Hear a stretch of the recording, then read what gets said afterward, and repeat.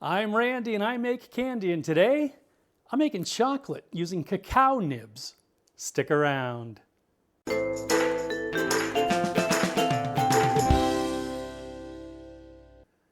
Greetings, my confectionery compadres, and welcome to Randy Makes Candy, where I help you make tasty treats that people love to eat.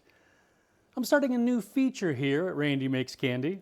It'll be shorter episodes that show how to make an ingredient that we'll be using in multiple recipes, or like this episode, that feature a technique or something else that's interesting, but maybe not enough for a full episode. As you may have noticed from the opening screen, I'm calling these episodes fun size. They're as good as the regular episodes, but just not as big. Today I'm going to show you how to make your own chocolate candy from scratch. Almost. Start with 114 grams of cacao nibs. You get these by opening a cacao pod, removing the beans, then fermenting and crushing them. Or you can just buy the nibs like I did. Grind the nibs in a small single-blade coffee grinder or food processor until they start to clump up. To prevent overheating, don't run the grinder for more than about 10 seconds at a time. Add 56 grams of baker sugar and pulse it for a bit. Then add 14 grams of cacao butter and continue pulsing.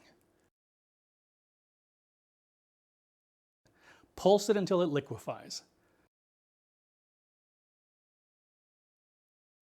At this point, pour it into a mold and let it set, or temper it, as I did, then put it in the mold and let it set.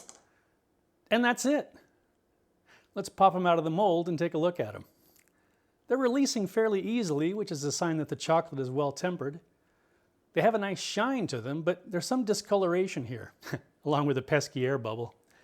The temper's good, so the discoloration isn't bloom. It looks like some of the ground up nibs didn't dissolve completely, which is quite surprising considering how much time they spent in the blender and the sous vide. I'll do some research and see if I can figure out what happened and solve this riddle. First, let's do a snap test. Snapped so well, shot across the room. But we'll give it a taste. Sláinte vá.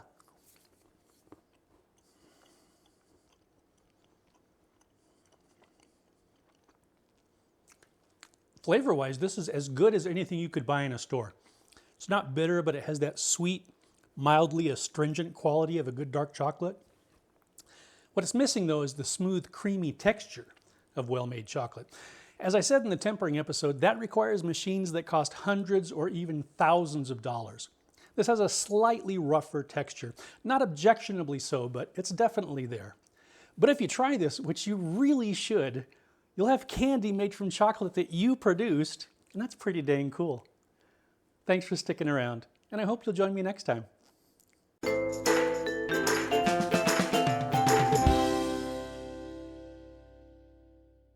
You get these by opening a cacao pod. I have such trouble with that.